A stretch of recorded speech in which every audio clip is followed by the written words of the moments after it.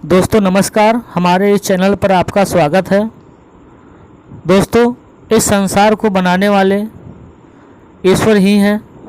उन्होंने ही इस पूरे जगत को बनाया है। पहले इस संसार में केवल अंधेरा था, फिर बाद में शिवलिंग प्रकट हुआ और उसी से समस्त जगत में ऊर्जा हुआ। और फिर कुछ समय के बाद में इस सृष्टि में पदार्थ बना, जैसे धरती, आकाश, अग्नि, वायु,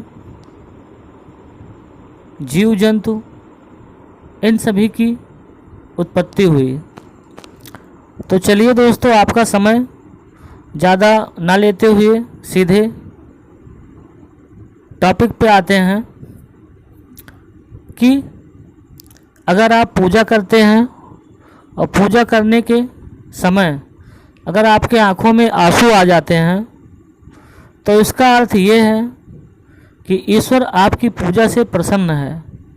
और जब आप पूजा कर रहे होते हैं उस समय आपका अंतर्मन ईश्वर के मन से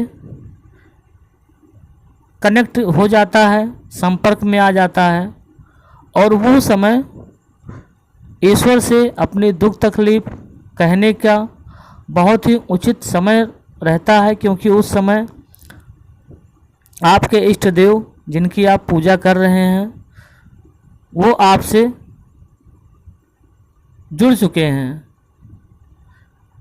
उस समय आप जो भी प्रार्थना करेंगे, समस्या बताएंगे, वो सब आपकी स्वीकार होगी। इसके साथ साथ दोस्तों, अगर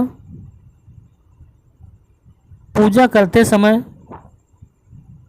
अगरबत्ती या धूप बत्ती की लौ या धुआं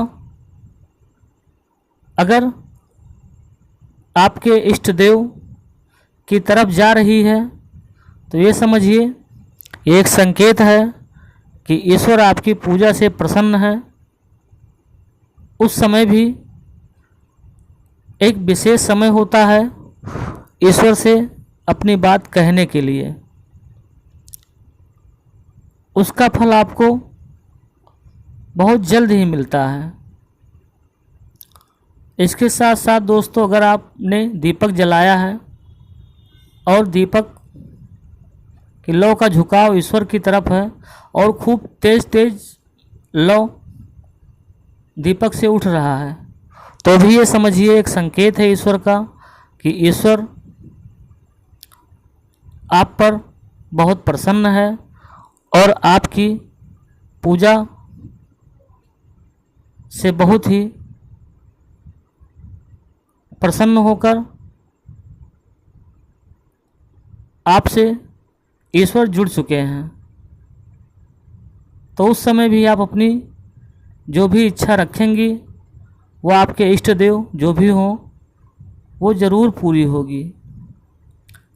इसी के साथ साथ दोस्तों, अगर आप पूजा कर रहे हैं, पूजा करते समय अगर आपके द्वार पर कोई गाय आ जाती है, तो ये भी एक शुभ संकेत है कि आपकी ईश्वर आपकी पूजा से प्रसन्न है और आपको सुन रहा है। तो उस गाय की आपको पूजा करनी है और उस गाय को रोटी खिलानी है। अगर आप ऐसा करते हैं तो ईश्वर से आपकी मांगी गई मुरादें और जो भी आप समस्या ईश्वर को बताए हैं वो सब आपकी पूरी हो जाएगी। इस तरह से दोस्तों, पूजा करते समय इन सब चीज़ों के घटित होने को आप ये न समझिए कि ये ऐसे ही हो रहे हैं, इनका कोई मतलब नहीं है। अगर आप पूजा कर रहे हैं और पूजा करते समय जो भी घटनाएं आपके आसपास घर के अंदर बाहर जो भी घटित होने लगती हैं, उनका सीधा कनेक्शन आपके पूजा से ही है। इस तरह से उन ईश्वर के संकेतों को आपको अपने विवेक से समझना है और समझते हुए ही आपको ईश्वर से विनती करनी है और अपनी इच्छाओं और समस्याओं को बताना है।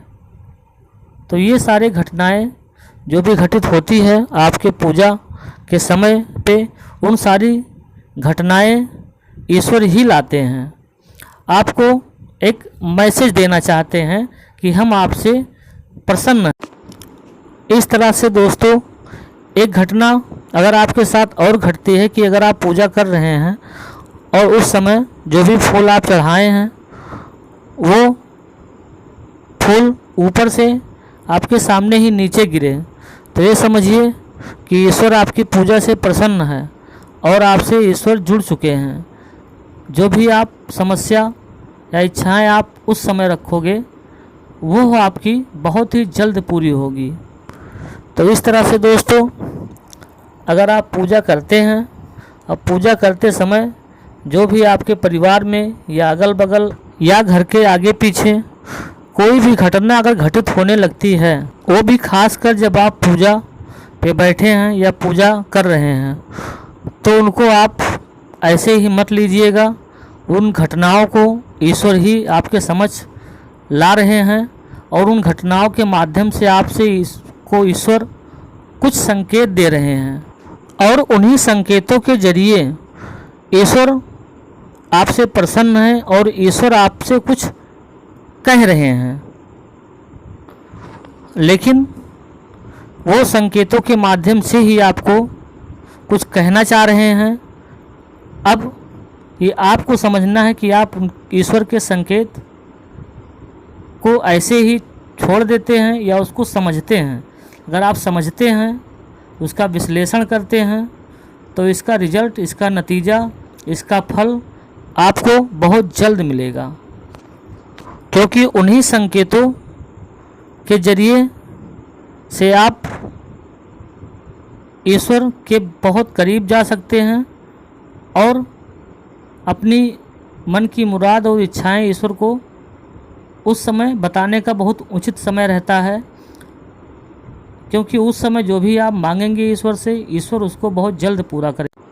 दोस्तों इस तरह से अगर वीडियो आपको अच्छा लगा है तो वीडियो को एक लाइक कर दीजिए और अगर आप नए हमारे चैनल पर तो चैनल को सब्सक्राइब कर लीजिए, कि जिससे इसी तरह की वीडियोज़ हमारे चैनल पर आए तो आपको इसका नोटिफिकेशन तुरंत ही मिल जाए। दोस्तों इसी तरह से एक नए वीडियो में आपसे फिर मिलेंगे। दोस्तों ईश्वर से हमारी यही प्रार्थना है, ईश्वर उन सभी की मनोकामनाओं और उनके जीवन में चली आ रही सभी प्रकार की समस्याओं को दूर करके ईश्वर उनके परिवार में और उनके जीवन में ढेर सारी खुशियाँ लाएं और ईश्वर आपके परिवार में और आपके ऊपर हमेशा अपना आशीर्वाद बनाए रखें।